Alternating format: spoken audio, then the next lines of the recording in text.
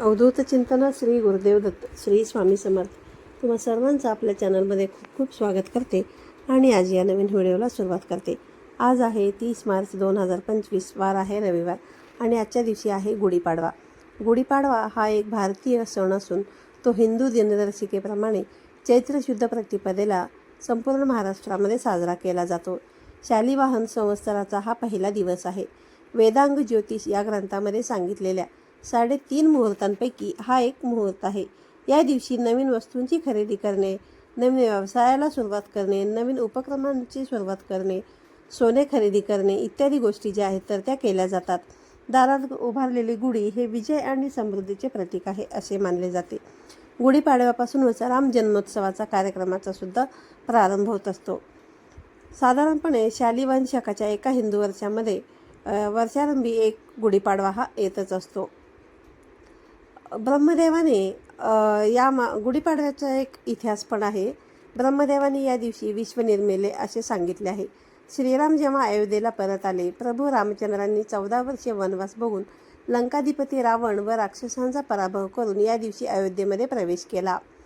शालिवाहन नावाच्या कुंभाराच्या मुलाने शंकाचा पराभव करण्यासाठी 6000 मातीच्या सैनिकांचे पुतळे तयार केले व त्यात प्राण घालून त्यांच्या सहाय्याने याच दिवशी शकांचा पराभव केला अशी आख्यायिका देखील प्रचलित आहे.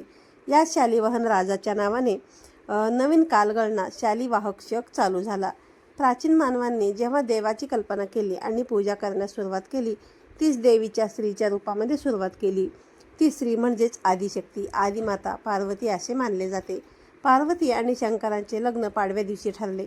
पाडव्यापासून तयारीला सुरुवात होऊन तृतीयेला लग्न झाले. पाडव्या दिवशी पार्वतीच्या शक्तिरूपाची पूजा केली जाते. याला चैत्र नवरात्र असे देखील म्हटले जाते. लग्नानंतर नवमीला योगिनींची अधिपती म्हणून पार्वतीचे अभिषेक करण्यात येतो. काश्मीरी मुलींना पार्वतीचे रूप असे श्रीकृष्णाने म्हटलेले आहे. पार्वती लग्न झाले की माहेरवाशिनी म्हणून महिनाभर माहेरी राहते. तेव्हा तिच्या कौतुकासाठी चैत्र गौरीचे हळदी कुंकू केले जाते. अक्षय तृतीया या दिवशी ती सासरी जात असते. याचा संदर्भ असा आहे की शकोत्सवाचे उल्लेख संस्कृत रघुवंशामध्ये व भावसांचे मध्यम व्यायोग शूद्रकाचे मृच्छकटिकम या नाटकामध्ये देखील करण्यात आलेले आहे. जो आपण गुढी उभारतो त्या ध्वजाचा पौराणिक उल्लेख देखील सांगण्यात आलेला आहे. प्रतिमा विद्याच्या अनुषंगाने म्हणजेच आयकॉनोग्राफीच्या अनुषंगाने झालेल्या अभ्यासाच्या दृष्टीने इंद्रध्वज व ब्रह्मध्वज कसे दिसत याबद्दल उपलब्ध वर्णने फारच कमी असतात. जी वर्णने उपलब्ध आहेत त्यांच्यात सुद्धा बघा आपापसामध्ये फरक जाणून येतो. त्यामध्ये इतर ध्वज प्रकारांची रसमिसळ ही केली गेली आहे असेही दिसते. रामायण, महाभारत आणि पुराणे असोत अथवा नाटके, इंद्रध्वजाचे उल्लेख मुख्यत्वे उपमा अलंकाराच्या रूपातच आलेले दिसतात. नायकांना इंद्रध्वजाची उपमा दिलेली दिसतेच, पण युद्धांमध्ये धारातीर्थी पडणाऱ्या शत्रुपक्षाच्या नायकास पण इंद्रध्वजाची उपमा दिलेली दिसून येते. श्रीरामांनी रावणावरती विजय मिळवून ज्या दिवशी अयोध्येमध्ये पुन्हा प्रवेश केला त्या दिवशी म्हणजे चैत्र शुद्ध प्रतिपदेला नागरिकांनी गुढ्या उभारून उत्सव साजरा केला अशी पारंपरिक समजूत देखील आहे. ततो भय व किरणस तव अन्ये लाजय पुष्पैच्यत सर्वत समुच्यत पताकास्तु रथ्या पूर्वरत्वमे ततो हय अभ्युच्छयन पौरा पताकास्ते ग्रहे गृहे ऐश्वेकाक्षुत धूषितम रम्यम आसदाद पितुग्रहम हे वाल्मिकी रामायणातील श्लोक आहेत. यात गुढी असे कुठेही म्हटले नसून पताका हाच शब्द वापरलेला आहे. गुढी या शब्दाची उकल काय आहे ते पाहूया. तेलुगू भाषेमध्ये गुढी या शब्दाचा अर्थ लाकूड अथवा काठी असा होतो. तसेच तो तोरण असाही होतो. दातेकर विलिखित महाराष्ट्र शब्दकोशाचा आधार घेतला तर गुढ्या घालुनी वनी राहू म्हणा त्या ते प्रला असे उदाहरण देखील आहे तिथे. यातील गुढ्या या शब्दाचा अभिप्रेत अर्थ त्या शब्दकोशाने खोपडी, झोपडी अथवा पाल म्हणजेच राहण्याची जागा असा दिला गेलेला आहे.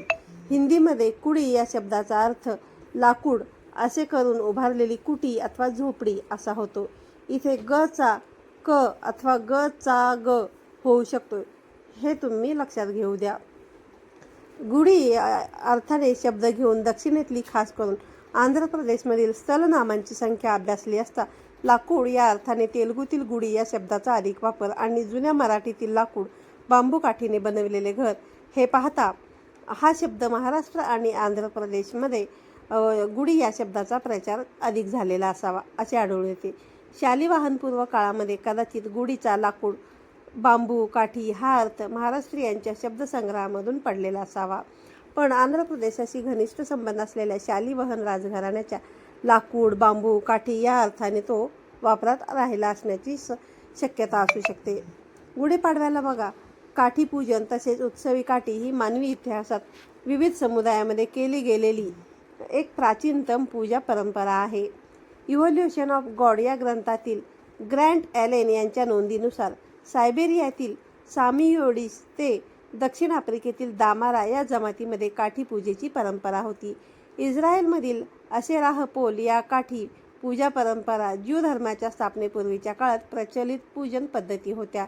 युरोपात नॉर्वेजियातील चर्च उत्खननामध्ये काठी पूजेच्या परंपरेचे दाखले मिळालेले दिसतात.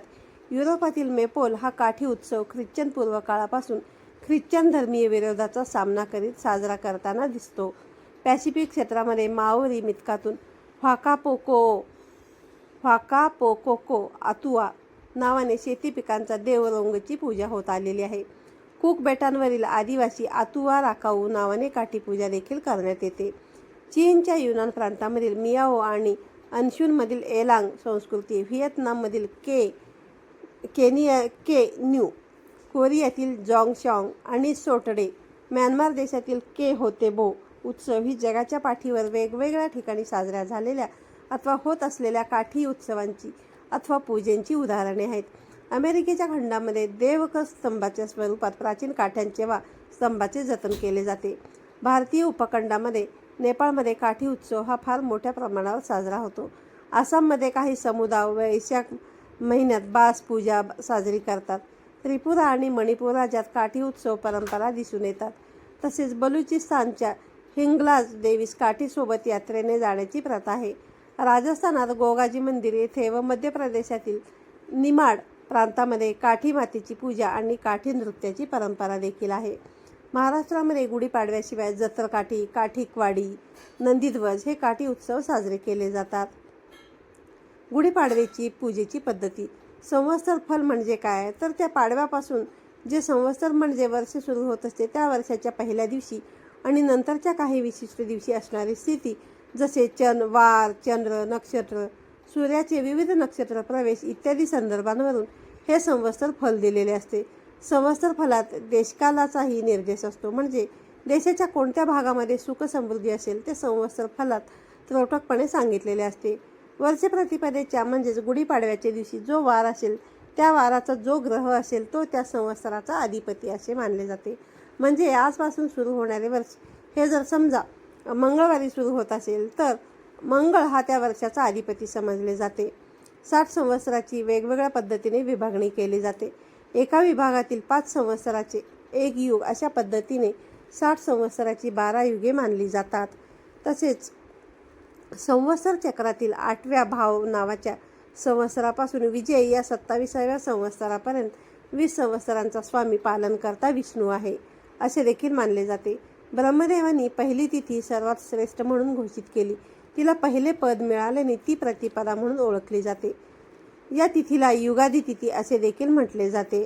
या दिवशी उपाध्यायांकडून पंचांग श्रवण म्हणजेच वर्षफल देखील श्रवण केले जाते. या पंचांग श्रवणाचे फळ देखील सांगितलेले आहे.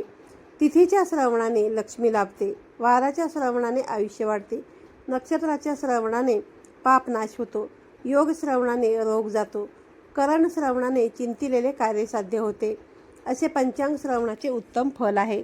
त्याच्या नित्य श्रवणाने गंगा स्नानाचे देखील फळ मिळते. चैत्र हा अधिक मास असता काहींच्या मते अधिक मासाच्या शुद्ध प्रतिपदेस वर्षारंभाची धार्मिक कृत्ये करावीत, तर काहींच्या मते ती शुद्ध किंवा निज चैत्राच्या प्रतिपदेस करावी असा मतभेद आहे. याविषयी धर्मसिंधूने निर्णय दिला आहे. तर अभ्यंग स्नानादी कृत्ये अधिक मासाच्या शुद्ध प्रतिपदेसच करण्यात आली पाहिजे. पण गुढी उभारणे, कडुलिंबाची पाने खाणे, पंचांग श्रवण करणे या ज्या गोष्टी आहेत त्या चैत्र शुद्ध प्रतिपदेसच कराव्यात. आरोग्याच्या दृष्टीने देखील बघायचं काय महत्त्व आहे. चैत्र शुद्ध प्रतिपदेला प्रातःकाळी ओवा, मीठ, हिंग, मिरी आणि साखर कडुनिंबाच्या पानांबरोबर वाटून खाण्यात येतो. यामुळे काय होतं की पचनक्रिया सुधारते, पित्ताचा नाश होतो, त्वचा रोग बरे होतात, धान्यातील कीड थांबवणे हे आणि असे अनेक औषधी गुण ह्या कडुलिंबाच्या अंगामध्ये असतात असे आयुर्वेदामध्ये सांगण्यात आलेले आहे. शरीराला थंडावा देणाऱ्या कडुलिंबाची पाने जर आपण आंघोळीच्या पाण्यामध्ये खाल्ली, ती वाटून खाल्ली तर हे आपल्या आरोग्याच्या दृष्टीने खूप हितकारक आहे असे समजले जाते. महाभारतामध्ये देखील गुढीपाडव्याचा उल्लेख आहे. महाभारताच्या आदी पर्वामध्ये उपरिचर राजाने इंद्राने त्याला दिलेली कळकाची काठी इंद्राच्या आदरार्थ जमिनीमध्ये रोवली आणि दुसऱ्या दिवशी म्हणजेच नववर्ष प्रारंभीच्या दिवशी तिची पूजा केली. या परंपरेचा आदर म्हणून अन्य राजेही काठीला शेल्यासारखे वस्त्र लावून ती शृंगारून पुष्पमाला बांधून तिची पूजा करत असतात. महाभारतातच खिल पर्वतात कृष्ण त्याच्या सवंगड्यांना इंद्रकोपाची पर्वा न करता वार्षिक चक्रोत्सव बंद करण्याचा सल्ला देतो. महाभारत ग्रंथातल्या आदी पर्वामध्ये हा उत्सव वर्ष प्रतिपदेस करण्यास सुचविलेले आहे. तर खिल पर्वातून आणि इतर संस्कृत ग्रंथातून हा उत्सव साजरा करण्याच्या तिथी वेगवेगळ्या दिलेल्या आहेत. गुढीपाडव्याचं स्वरूप काय आहे तर पाहूया. चैत्र शुद्ध प्रतिपदेला लवकर उठतात, स्नान करतात आणि सूर्योदयानंतर गुढी उभारतात. गुढी उंच बांबूपासून काठी तयार केली जाते. ती काठी स्वच्छ धुवून पुसून त्या काठीच्या वरच्या टोकाला तांबडे अथवा रेशमी वस्त्र अथवा साडी बांधली जाते. काठीला कडुलिंबाची डहाळी, आंब्याची पाने, झेंडूच्या फुलांचा हार किंवा इतर कुठल्याही फुलांचा हार आणि साखरेची गाठी बांधून त्यावर धातूचे भांडे म्हणजे तांब्या, गडू किंवा फुलपत्र जे आहे तर ते ठेवले जाते. गुढी लावायची ज्या ठिकाणी गुढी लावतात ती जागा स्वच्छ धुवून पुसून घेऊन त्यावरती आसपास रांगोळी काढली जाते. गुढीचा बांबू जो आहे तर तो पाटावरती उभा केला जातो. तयार केलेली गुढी आपल्या दारामध्ये उंच गच्चीवर किंवा गॅलरीमध्ये उभी केली जाते. गुढीची काठी नीट बांधली जाते. काठीला गंध, फुले, अक्षता वाहतात. गुढीची पूजा करतात. निरांजन लावून उदबत्ती, दूध साखरेचा पेढ्याचा नैवेद्य दाखवावा. दुपारी गुढीला गोडाचा धोडाचा नैवेद्य दाखवला जातो. संध्याकाळी सूर्यास्ताच्या वेळी पुन्हा हळदी, कुंकू, फुले वाहून अक्षता टाकून ही गुढी उतरवण्याची प्रथा आहे. ह्या दिवशी आनंद साजरा करीत आप्तेष्टांना नववर्षाचे अभिष्ट चिंतन देखील केले जाते. गुढीपाडव्याच्या दिवशी पाणपोळी बघा, सामाजिक महत्त्व काय आहे हे पाहूया आपण. गुढीपाडव्याच्या दिवशी पाणपोळी घालावी, पाण्याने भरलेल्या घड्याचे दान करावे असं देखील सांगण्यात येतं. या मंगलदिनी विविध ठिकाणी पहाटेच्या सांस्कृतिक मैफिली उत्साहाने आयोजित केल्या जातात. रसिकांचा वाढता प्रतिसाद दिवाळी पहाट, नववर्ष पहाट, गुढीपाडवा किंवा हिंदू नववर्ष पहाट या उपक्रमाला मिळत असतो. भारतीय संस्कृतीमध्ये चैत्र शुद्ध प्रतिपदा हा दिवस महापर्व म्हणून साजरा करण्याची परंपरा आहे. महापर्वाच्या अर्थातच नववर्षाच्या या पहिल्या दिवशी नवे संकल्प करून प्रगतीकडे वाटचाल सुरू करण्याचा हा दिवस आपण गुढीपाडवा म्हणून साजरा करत असतो. गुढीपाडव्याच्या या दिवशी शुभेच्छा दिल्या जातात. या दिवशी विजयाचे प्रतीक म्हणून घराच्या अंगणामध्ये गुढी उभारली जाते. गुढी का उभारली जाते? गुढीपाडवा चैत्र शुद्ध प्रतिपदेला का साजरा करतात? गुढी उभारण्यापूर्वी ब्रह्मदेवाची पूजा का केली जाते व गुढी उभारून झाल्यावर विष्णुदेवाची पूजा का करतात? सर्व काही आज ज्या काही मी तुम्हाला कथा सांगणार आहे या कथांमध्ये दडलेलं आहे. तेव्हा या पौराणिक कथा ज्या आहेत ना त्या आपल्या सर्वांनाच माहिती असायला हव्यात. शालिवाहन ह्या राजाने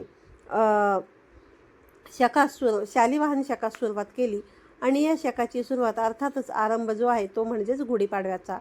शक सुरू करणारा पहिला महाराष्ट्रीयन राजा म्हणून आजही शालिवाहन राजाचे महत्त्व आहे. शालिवाहनाने मातीचे सैन्य तयार केले. त्यावरती पाणी शिंपडून मातीच्या सैन्यामध्ये त्यांनी प्राण भरला. मग या सैन्यांच्या मदतीने त्याने प्रभावी शत्रूंचा पराभव केला अशी आख्यायिका आहे. या विजयाच्या प्रित्यर्थ शालिवाहन शके सुरू होऊन नवीन वर्षाची सुरुवात होते. या दिवशी पंचांग वाचन करून देवी सरस्वतीचे पूजन करून हिंदू नववर्षाचे स्वागत देखील करण्याची प्रथा आहे. गुढीपाडवा साजरा करण्याचे एक कारण आहे ते महाभारतामध्ये सुद्धा आहे. त्यातच मी तुम्हाला इथे सांगितलेलं आहे. त्यामध्ये काय केलं होतं की इंद्रामार्फत मिळाली उपरिचर नामक राजाने इंद्रामार्फत त्याला मिळालेली कळकटीची काठी इंद्राला नमन म्हणून जमिनीमध्ये रोवली आणि दुसऱ्या दिवशी त्या काठीची पूजा केली. हा जो दिवस होता तो नवीन वर्षाचा पहिला दिवस म्हणून गुढीपाडवा साजरा करण्याची ही आख्यायिका महाभारतामध्ये देखील आढळून येते. पुढची गोष्ट अशी आहे की ब्रह्मदेवाने सृष्टी निर्माण केली तो हाच पवित्र दिवस होता. ब्रह्मदेवाने विश्वनिर्मिती केली ती पाडव्याच्याच दिवशी आणि पुढे सत्ययुगाची सुरुवात झाली. आणि म्हणूनच नूतन वर्षारंभ म्हणून चैत्र शुक्ल प्रतिपदा म्हणजेच गुढीपाडवा साजरा केला जातो असे म्हटले जाते. या दिवशी विश्वातील तेज तत्व आणि प्रजापती लहरी या मोठ्या प्रमाणामध्ये विसर्जित होतात आणि गुढीच्या माध्यमाने आपण त्या अधिकाधिक संचित करण्याचा प्रयत्न करत असतो. पुढची गोष्ट अशी आहे की बघा, मत्स्यरूपी विष्णूंचा जन्मसुद्धा आहे ना याच दिवशी झाला होता असे सांगण्यात येते. भगवान विष्णूंनी मत्स्यरूप धारण करून शंकासुराचा वध केला. त्या मत्स्यरूपी विष्णूंचा जन्म चैत्र शुद्ध प्रतिपदेचाच आहे असे सांगण्यात येते. शंकासूर नावाचा सागरापासून उत्पन्न झालेला आणि सदैव सागरातच वास्तव्य करणारा बलाढ्य राक्षस होता. या राक्षसाने जबरदस्तीने वेदहरण केले व तो सागराच्या तळाशी दडी मारून बसला. मग देवदेवता ऋषीमुनींनी क्षीरसागरामध्ये योग निद्रेमध्ये असलेल्या भगवान श्री विष्णूंना जागृत केले आणि शंकासुरास धडा शिकवण्यास सांगितले. भगवान श्रीहरी विष्णूंनी मत्स्यरूप धारण करून शंकासुराचा ठाव ठिकाणा शोधून काढला व त्याचा शिरच्छेद करणार. इतक्यात शंकासूर म्हणाला की भगवान, आपल्या हातून मज मरण यावे याकरिताच मी वेद पळविले. आपण माझा वध अवश्य करावा. परंतु माझी एक अशी इच्छा आहे की माझे कलेवर तुम्ही नेहमी आपल्या डाव्या हातात धारण करावे. तसेच माझ्या कलेवराच्या स्पर्शाने जलाने आपण स्नान केल्याखेरीज आपली पूजा पूर्ण होणार नाही असा मला वर द्यावा. त्यावेळेस भगवान श्रीहरी विष्णूंनी त्याला तथास्तु म्हटले आणि शंकासुराचा वध केला. त्या दिवसापासूनच विष्णूने आपल्या हातामध्ये शंख धारण करण्यास सुरुवात केली. गुढी हे विजयध्वजाचे प्रतीक म्हणून का ओळखले जाते तर ते आपण आता पाहूया. गुढी म्हणजे फक्त ब्रह्मध्वजच नाही तर तो विजयध्वज देखील आहे. जेव्हा श्रीराम लंकेवर विजय मिळवून अयोध्येला परतले तेव्हा प्रजेने त्यांचे स्वागत ध्वज उभारून मोठ्या आनंदाने केले. चैत्र शुद्ध प्रतिपदेच्या दिवशी प्रभू रामांचा 14 वर्षाचा वनवास देखील संपला होता. म्हणूनच हा आनंदोत्सवाचा दिवस साजरा करतात असे सांगण्यात येते. तसेच असे देखील सांगण्यात येते की चैत्र शुद्ध प्रतिपदेला प्रभू श्रीरामांनी वालीचा वध करून त्याच्या छळातून प्रजेला मुक्त केले. तो हा विजयोत्सवाचा दिवस. घरातून वालीचा असुरी शक्तींचा रामाने दैवी शक्तीने नाश केला याचे गुढी ही सूचक आहे. तर आजच्या व्हिडिओमधून मी तुम्हाला जी गुढीबद्दलची माहिती सांगितली त्याचबरोबर गुढीपाडवा साजरा करण्यामागच्या अनेक कथा ज्या आहेत त्या देखील तुम्हाला मी या ठिकाणी सांगितल्या. आजच्या व्हिडिओमधून सांगितलेली माहिती तुम्हाला जर आवडली असेल तर व्हिडिओला लाईक करा, शेअर करा आणि जास्तीत जास्त नातेवाईकांपर्यंत शेअर करा.